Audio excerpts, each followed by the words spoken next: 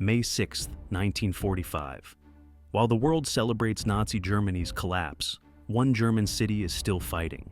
Not against invaders, but trapped by its own leaders in an 82-day nightmare where refusing to fight meant execution and escape meant death.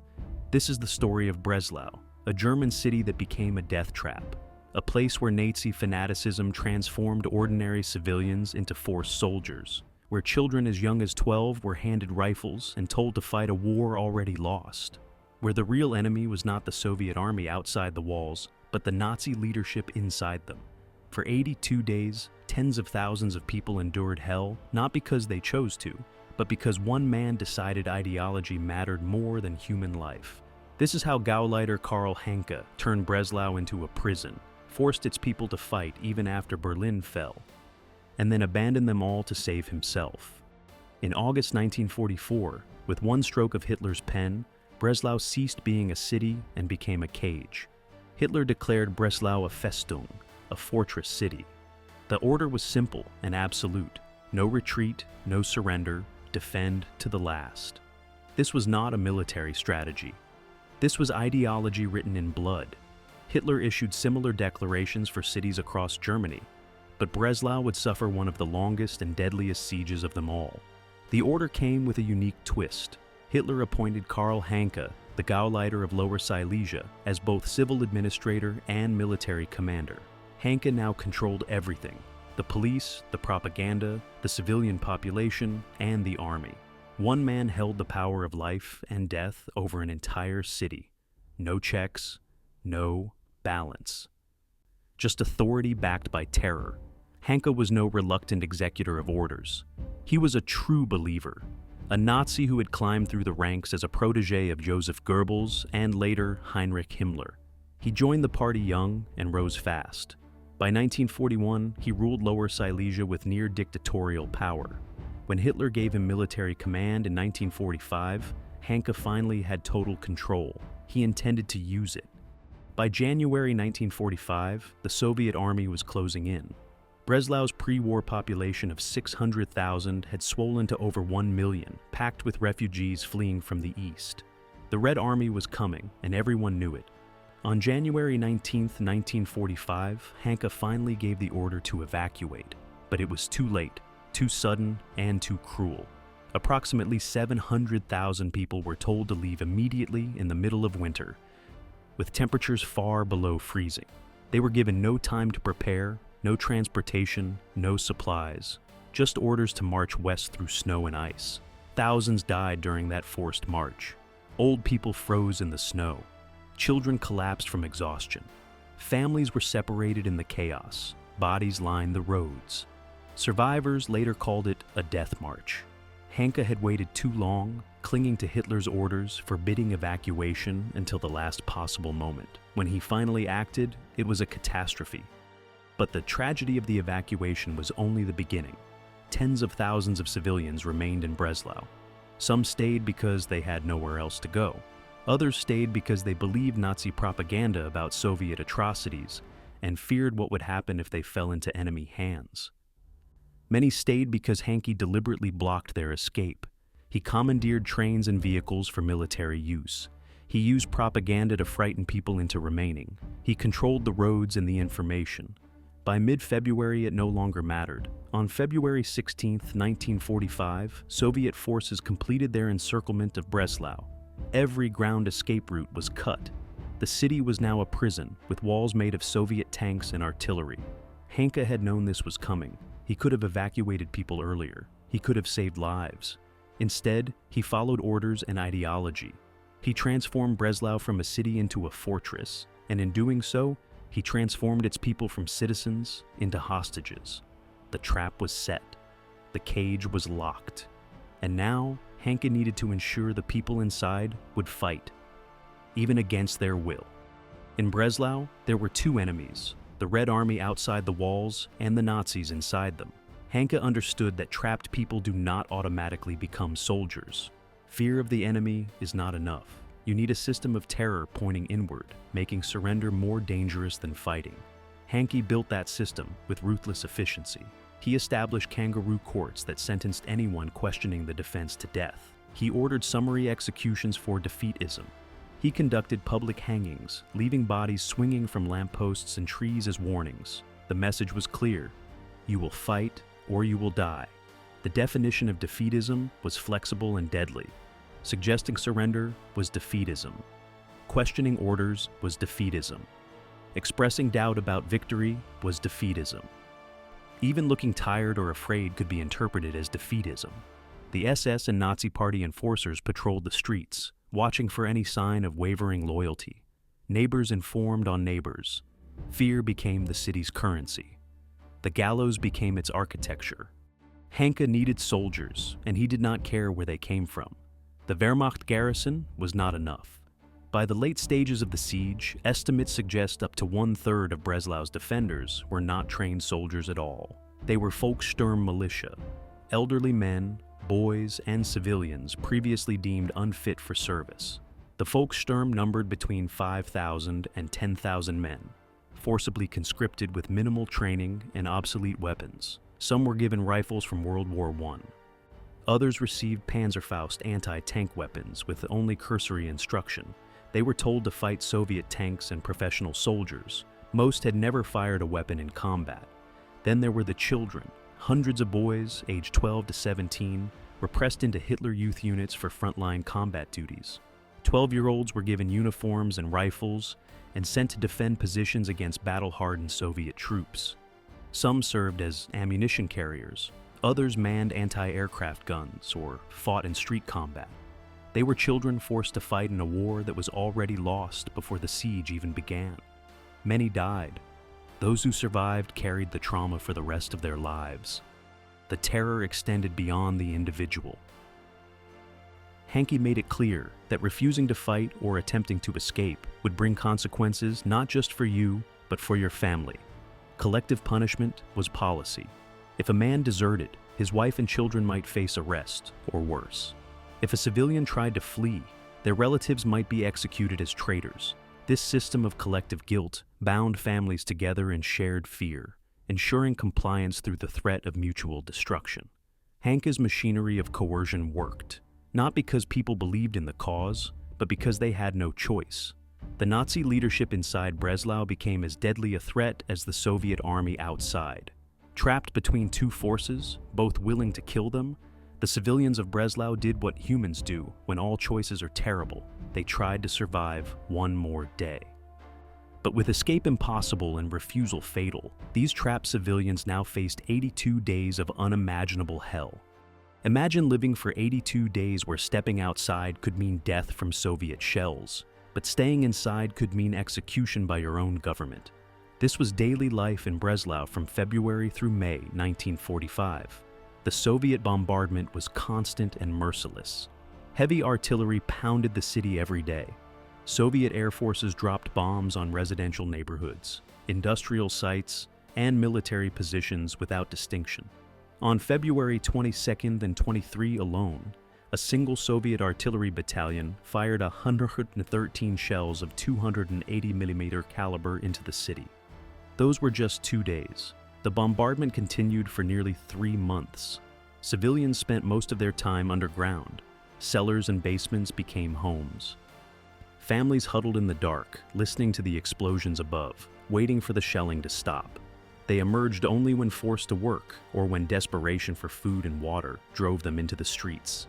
Every trip outside was a gamble with death. Buildings collapsed without warning. Shells landed randomly.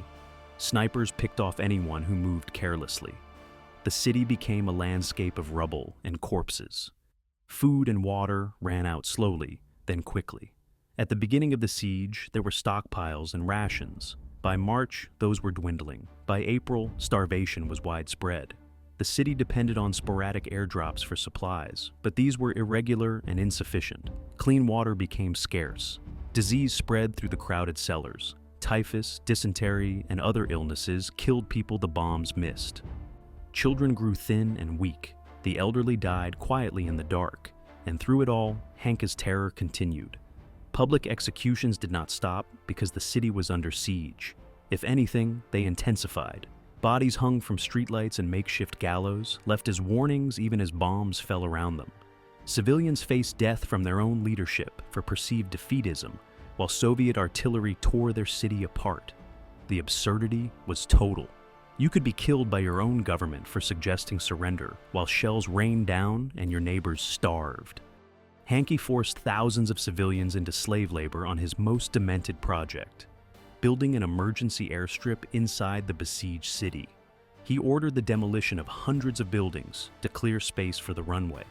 Entire streets were razed. Civilians were forced to work under bombardment, clearing rubble, leveling ground, and constructing the airstrip that Hanke named after himself, Gauleiter Karl Hanke. Many workers died from Soviet shelling during construction.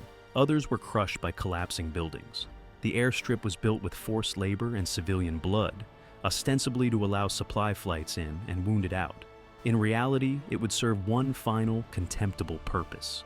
The airstrip became operational, and some supplies did arrive. A few wounded soldiers were evacuated. But the cost in civilian lives and destroyed homes far exceeded any military benefit. The project was a monument to Hanke's fanaticism, built on the broken backs of the people he claimed to protect. As February turned to March and March to April, the war was clearly lost, but Breslau's nightmare was far from over.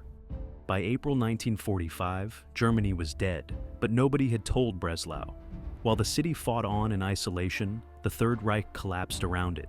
In March, Allied forces crossed the Rhine and drove deep into Germany from the west. American and Soviet troops met at the Elbe River on April 25th, cutting Germany in half. Berlin itself became encircled in mid-April, and the battle for the capital began. The Nazi regime was in its final death throes. Everyone knew it except the people trapped inside Breslau. On March 14, 1945, General Hans von Alphen was replaced as military commander by General Hermann Niehoff.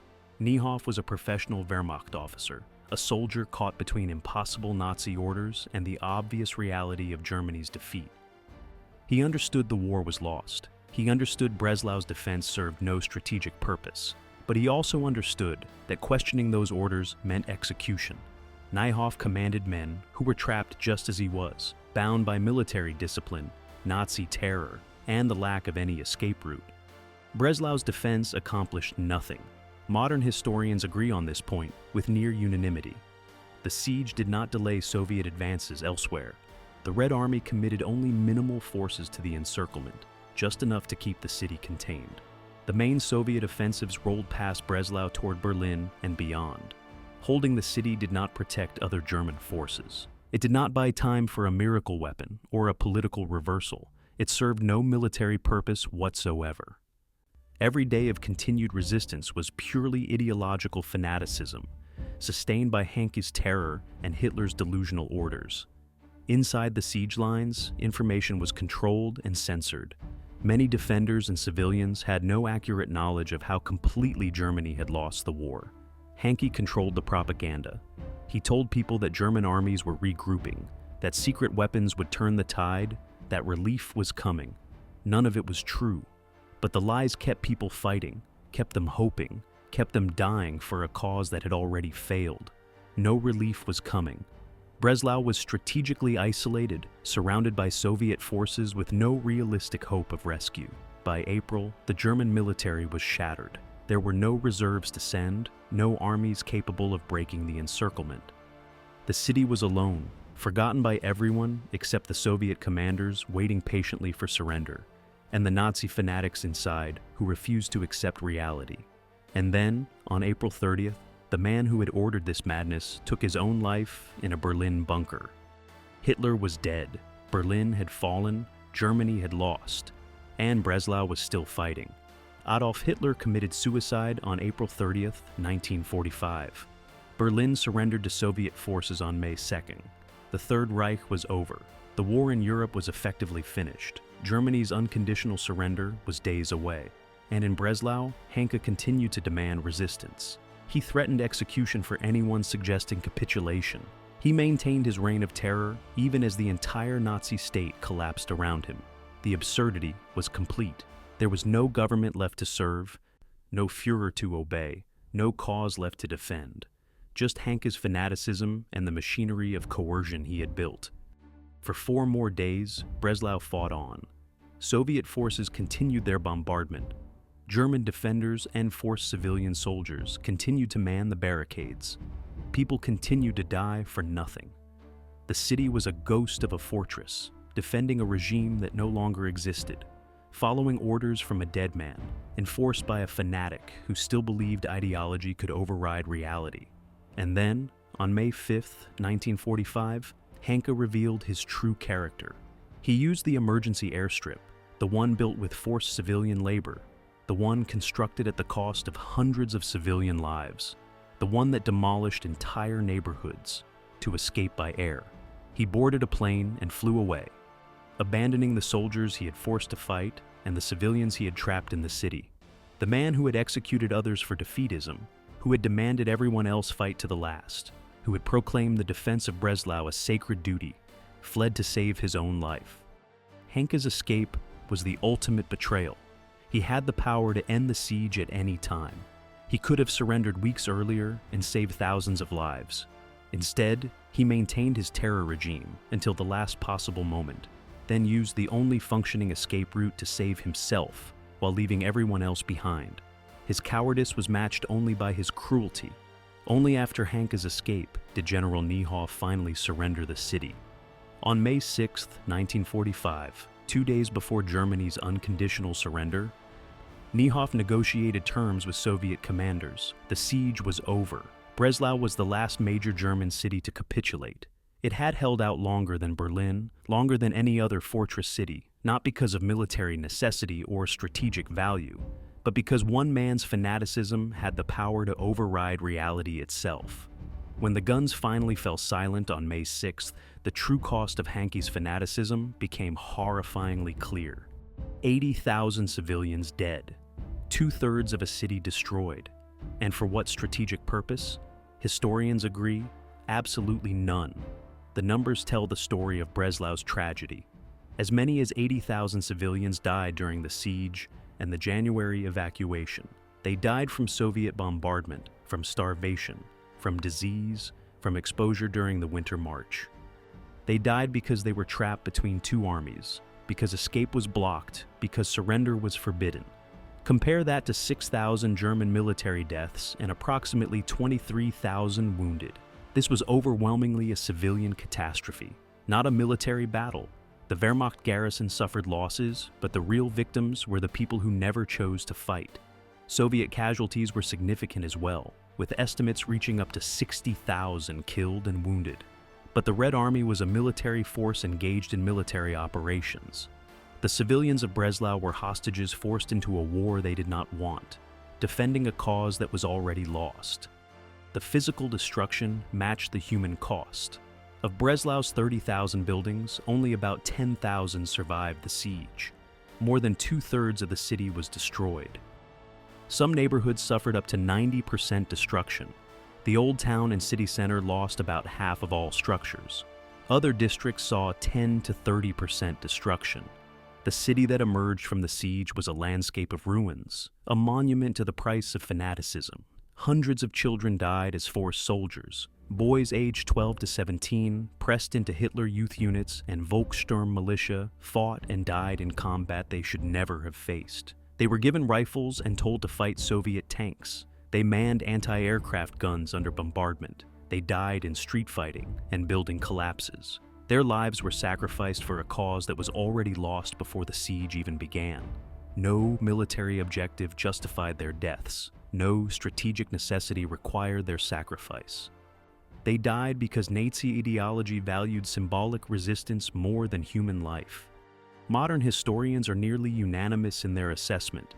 The defense of Breslau served no strategic military purpose. It did not delay Soviet advances elsewhere. The Red Army simply bypassed the city and continued west. It did not protect other German forces or buy time for anything meaningful. The siege accomplished nothing except mass death and destruction. Every day of continued resistance after February 1945 was militarily pointless. Every civilian death was unnecessary. Every child soldier was a crime. The defense was prolonged not by military necessity, but by Nazi ideological fanaticism enforced through terror and maintained until the regime itself collapsed. Breslau's tragedy was the logical conclusion of Nazi fortress policy, ideology trumping humanity, symbolism overriding military sense, and the systematic sacrifice of German civilians for a lost cause. But Breslau's tragedy was not unique. It was a microcosm of a larger pattern. Breslau was not an aberration. It was the blueprint, repeated across Germany as the Nazi regime devoured its own people. Hitler declared numerous cities as Festungen across Germany in the final months of the war. Königsberg, Poznan, Kolberg, Glogau, and many others received the same order: no retreat, no surrender, defend to the last. Each faced similar fates: trapped civilians, forced conscription, terror against defeatism, pointless destruction, eventual surrender only after devastating losses. The pattern repeated with grim consistency. The fortress policy revealed the Nazi regime's fundamental priority. Ideological symbolism and fanatical resistance mattered more than the lives of German civilians the regime claimed to protect. Hitler and his loyalists preferred to see German cities destroyed and German civilians killed rather than admit defeat. Surrender was ideological betrayal. Retreat was cowardice. Only resistance to the last was acceptable, regardless of the human cost. In Königsberg, another prolonged siege ended with massive civilian casualties and the city's near total destruction. In Poznan, civilians were trapped and forced to fight while the city was leveled around them. In Kolberg, propaganda later celebrated the defense as heroic, ignoring the civilian suffering and strategic pointlessness. The details varied, but the underlying dynamic was identical. Fanatical Nazi leadership prioritized ideology over the lives of their own people. Breslau stands out for the extremity of Hanke's fanaticism, the length of the 82-day siege, and the stark betrayal of his escape while abandoning those he forced to fight. But the pattern was systemic. The fortress policy was not the decision of one madman. It was official Nazi strategy in the war's final months. Hitler issued the orders. Gauleiters and military commanders enforced them. The SS and Nazi Party apparatus provided the terror. The system was designed to sacrifice German civilians for symbolic resistance. This was not about defending Germany. By early 1945, Germany's defeat was inevitable. The fortress cities did not change that outcome. They did not delay it significantly. They did not protect German civilians. They accomplished the opposite. They ensured maximum civilian suffering and destruction in service of an ideology that valued symbolic gestures over human life. The fortress policy was the Nazi regime at its most nihilistic, consuming its own people in a final spasm of fanatical delusion. Breslau was the most extreme example, but it was part of a larger whole. The 82-day siege, the 80,000 civilian deaths, the forced child soldiers, the public executions, the final betrayal, all of it fit within the systematic pattern of how Nazi fanaticism treated its own population when ideology was at stake. So, what does Breslau's 82-day nightmare ultimately teach us about fanaticism, power, and the human cost of ideology? History remembers Breslau not for what it defended, but for what it revealed about the nature of fanaticism itself. Breslau demonstrates what happens when ideology completely overrides reality. Leaders sacrifice tens of thousands of their own people for symbolic gestures with no practical purpose. Hanke did not defend Breslau because it would change the war's outcome. He knew by April that Germany had lost. He defended it because surrender meant admitting the ideology had failed. Nazi doctrine could not tolerate that admission. So, people died, children fought, civilians starved, the city burned, all to preserve the fiction that resistance still mattered. The siege reveals the deadly dynamics of totalitarian authority. Hanke's dual civil-military power, combined with the Nazi terror apparatus, created a system where one man's fanaticism could doom an entire city. There were no checks on his authority. No one could overrule him. No institution could intervene. The SS and Nazi Party enforcers carried out his orders without question. The result was a closed system of terror where the people trapped inside had no appeal, no escape, and no hope except the collapse of the regime itself. The no-escape reality shows how civilians become hostages to their own government's delusions. The people of Breslau were trapped between Soviet forces outside and Nazi execution squads inside. They could not surrender because Hanke would kill them. They could not flee because the roads were blocked and the city was encircled. They could not resist because the terror apparatus was too strong. They were powerless, caught in a trap created by their own leadership, forced to endure 82 days of hell not because of enemy action, but because their own government valued ideology over their lives. Hanke's escape epitomizes the betrayal at the heart of fanatical leadership. The ideologues demand sacrifice from others, but preserve themselves when the cause is lost. Hanke executed people for defeatism while planning his own escape. He forced children to fight while preparing to fly away. He trapped civilians in the city while ensuring he had a way out. When the end came, he used the airstrip built with civilian blood to save his own life, abandoning everyone he had forced to stay. This is the pattern of fanatical leadership. Demand everything from followers. Sacrifice nothing yourself. The strategic pointlessness of Breslau's defense is perhaps the most damning lesson. Historians agree the siege accomplished nothing militarily. It did not delay Soviet advances. It did not protect other German forces. It did not change the war's outcome. Every death was unnecessary. Every day of suffering was avoidable. The siege continued not because military logic demanded it, but because ideology required it. This is what happens when doctrine overrides reason. People die for nothing. Breslau also reveals how quickly the machinery of coercion can transform ordinary people into participants in atrocity. The civilians who informed on neighbors, the Volkssturm who enforced Hanke's orders, the Hitler Youth who fought in the streets, most were not ideological fanatics. They were ordinary people trapped in a system that punished resistance and rewarded compliance. The lesson is uncomfortable. Under the right conditions of fear and coercion, ordinary people will participate in systems that destroy them. Not because they believe, but because the cost of refusal is too high. The siege demonstrates the particular cruelty of forcing civilians into military roles. The elderly men and young boys conscripted into the Volkssturm were not soldiers. They had no training, inadequate weapons, and no realistic chance against professional Soviet troops. They were sacrificial offerings to ideology, sent to die not because their deaths would achieve anything, but because the regime demanded the appearance of resistance. Using children as soldiers is among the clearest signs of a regime's moral bankruptcy. Breslau used hundreds. Finally, Breslau teaches us about the long shadow of fanaticism. The city's destruction was nearly total. The survivors carried trauma for the rest of their lives. The children who fought never fully recovered. The families torn apart never fully healed. After the war, Breslau became Wrocław, its German population expelled and replaced by Poles displaced from the east. The city was rebuilt, but the scars remained. Fanaticism does not just kill people in the moment. It destroys communities, erases histories, and leaves wounds that persist for generations. The ruins of Breslau stand as a permanent warning. When ideology trumps humanity, everyone loses, except those who escape on the last plane out. The 82-day siege of Breslau answers a haunting question. What happens when a regime values ideology over the lives of its own people?